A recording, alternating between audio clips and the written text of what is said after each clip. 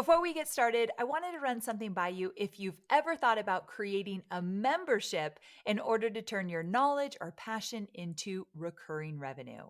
My dear friend, Stu McLaren, is hosting an incredible 3-part live workshop series where he's teaching proven strategies to launch or grow a successful membership. So Stu is the #1 expert in building massively profitable and impactful membership sites. He taught me everything I know about running my own multi-million-dollar membership, and now he's sharing his knowledge with you. And did I mention these trainings are 100% free and they're live, which makes it so much more fun. So visit amyporterfield.com/workshop to reserve your spot so you don't miss a second. amyporterfield.com/workshop. I don't want to run a business where I have FOMO all the time. Like, oh my God, I better say yes to this because I'm really going to miss out. Or I don't want to run a business that I say yes to things just to boost my ego. But at the end of the day, it's totally unaligned with where I'm going. And I hate to tell you that I have said yes to those things. I've absolutely been there not too long ago. It's not like something I'm perfect at now or I'm like teaching it to you because I've mastered this. No, I just got to witness it at a really amazing level. And I wanted to bring it here to be like, ooh, my friend, maybe this is something you and I should work on a little bit more because I know it's not something that comes easy to most of us. I'm Amy Porterfield, ex-corporate girl turned CEO of a multi-7-figure business. But it wasn't all that long ago that I lacked the confidence, the budget, and the time to focus on growing my small but mighty business. Fast forward past many failed attempts and lessons learned, and you'll see the business I have today. One that changes lives and gives me more freedom than I ever thought possible.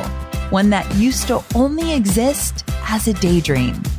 I created the Online Marketing Made Easy podcast to give you simple, actionable, step-by-step strategies to help you do the same. If you're an ambitious entrepreneur or one in the making who's looking to create a business that makes an impact and a life you love, you're in the right place, friend. Let's get started.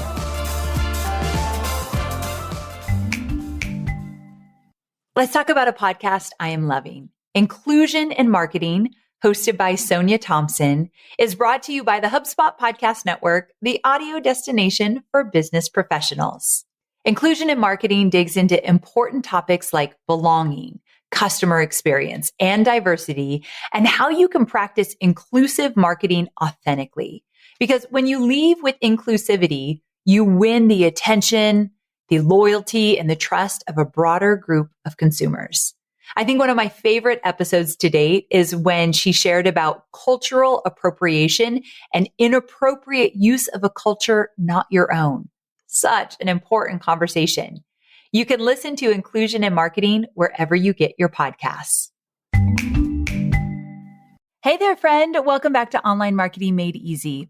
So recently, I went to Napa for a mastermind. I've talked about it a little on the podcast. You might have seen some of my friends talk about it, and it was epic. It was incredible. There were some amazing people there.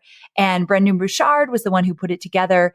And I'm just so thankful that I got to be a part of it. Now, I also love when my peers will share with me some of the things they learned at experiences that I wasn't invited to, that I wasn't at. And so with that, I thought you might find it valuable if I share one thing from that mastermind that really stuck with me. And I think it's an important one for all of us to remember, or for some of us who haven't learned this lesson yet, to learn this lesson early on. And that is the power of confidently saying no. And you know I'm a people pleaser, right? So confidently saying no to opportunities that come my way is not the easiest thing I do in my business, but it's something that we have to talk about because as I looked around the room and there were people like Mel Robbins and Jenna Kutcher and Jamie Kern-Lima and Jasmine Starr in that room. And these are all people with baller businesses doing really important work in the world. And what I noticed about all of them as they talked and shared in their hot seats is that they were really clear what they were going after. They were all on a mission. They have a really clear path. And because of that, they are clear when something is a yes or a no for them. In fact, I won't tell the story because it's not mine to tell, but one of these people that was in the room, she recently said no to something really, really big that I would have had a very hard time saying no to, even if it didn't fit in my goals or my plan or my mission. But she said no confidently, even though it would have given her a lot of clout. It would have made her look really good. However, it didn't fit in the vision that she had created over the next few years for her business. That's a baller move. When you can put your ego aside, you could put your FOMO aside, and you can say no because you're very clear about where you're going and what you want. But if you're anything like me, that little small word, no, can create some anxiety or maybe some big anxiety. And so I wanted to talk about it here. I think so many of us grow up thinking saying no is a negative experience. My hand is raised right now. We forget how much connection and freedom are created when you say a firm no in a loving and respectful way. Yeah, I said connection and freedom can be created from saying no. It shows us around us that we know what we stand for, we know who we are, and that we believe in our mission. And like I said, this is a theme I saw over and over again at this mastermind. All these really powerful business owners had no problem saying no because they were crystal clear on their mission, who they served, and why they were doing what they were doing. And because they did the work up front to clarify their long-term goals and mission, deciding if a business opportunity was a heck yes or a respectful no simply required them to ask, will this help me achieve my mission more effectively? Boom, period, done.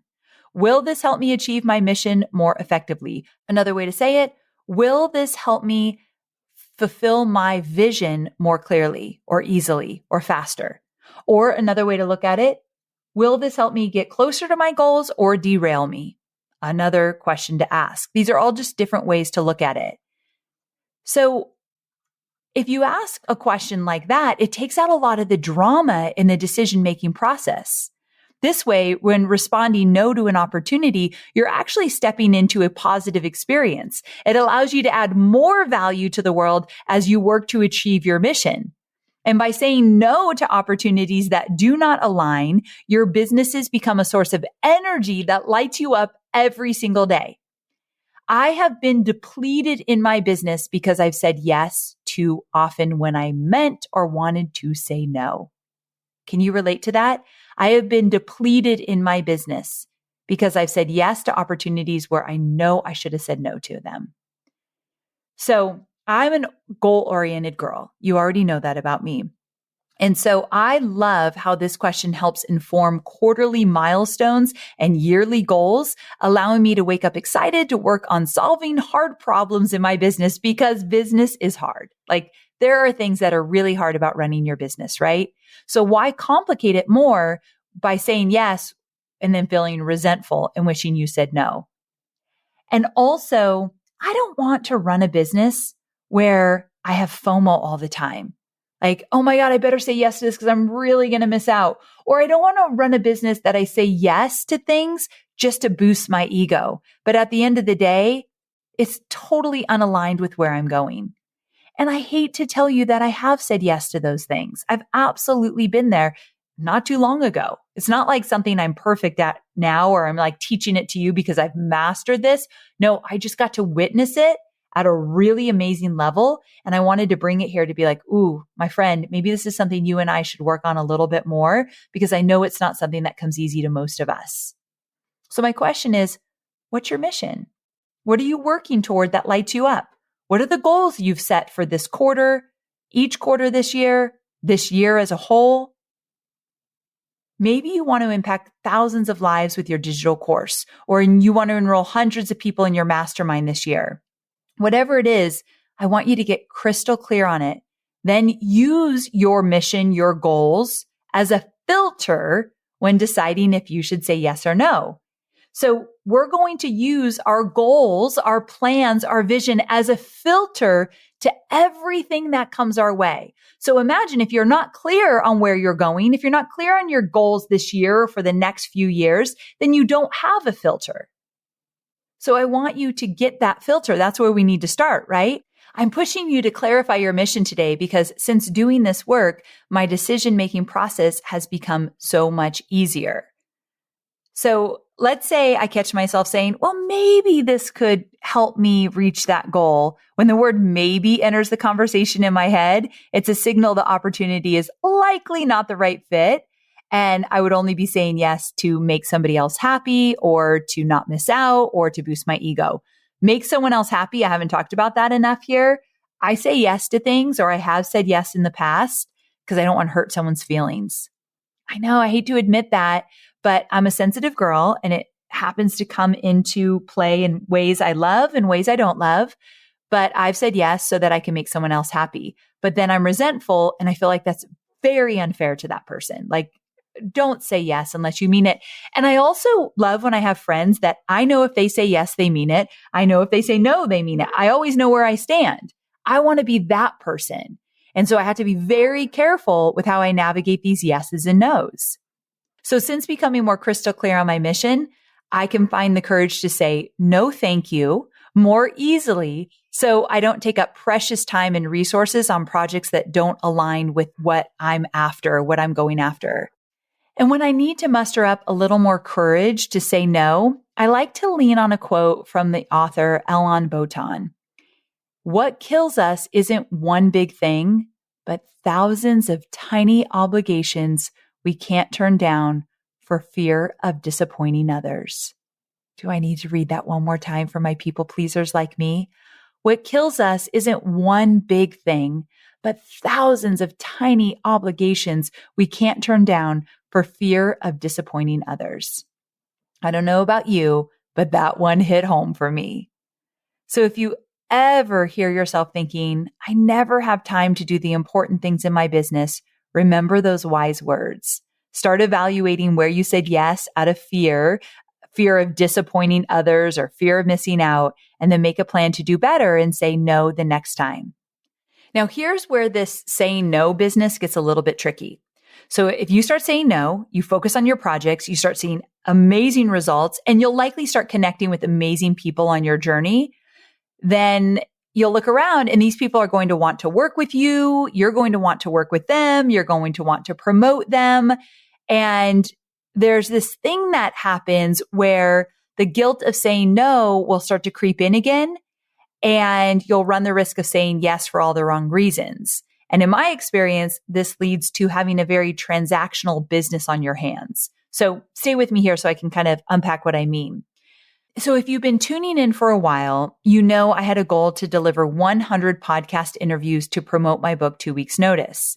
And while I am eternally grateful to every host who shares their audience with me, there's no way that I am able to swap interviews with all of them. For one, not all of them are a good fit for my podcast, but more importantly, I just can't do that many swaps. So is it easy saying no to someone who just helped me share my message and further my mission? No. But I remind myself that I have also shown up for them and their audience. So I do a ton of prep before every podcast interview, and I offer as much value as I can. I show up with energy. I do my very best. I pour into that interview to make it really good. So I can't just say that they just did me a favor and I did nothing for them. So I had to kind of change my mindset around that. And also, when it was appropriate, when I could do it, I did say yes to a swap. And so I don't want to be transactional, but I also don't want to be a taker.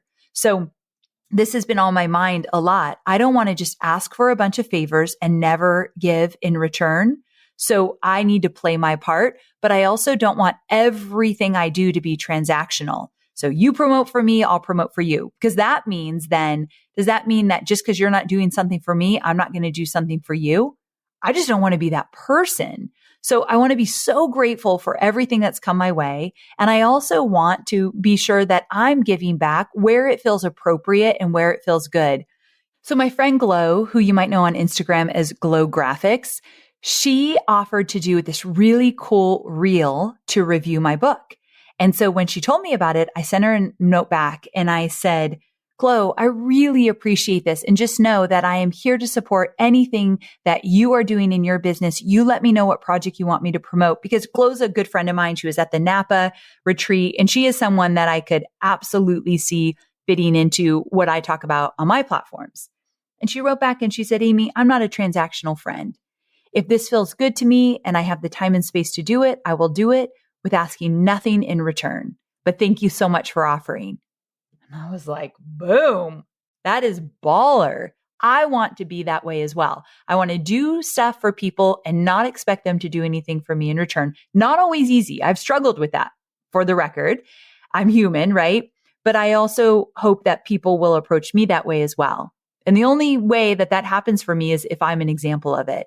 So I hope I haven't gone down a little rabbit hole here. It kind of feels like I have, but my point being that I don't want to be transactional in my business both ways, and saying yes and saying no, that creates a little trickiness in there. But again, it still always comes back to what is my mission? What are my goals? And only say yes to the things that are going to get me there, because I created these mission and goals not to make a bunch of money, but to change lives. So I know that my reasoning behind my goals, the reasoning behind my mission is to change lives.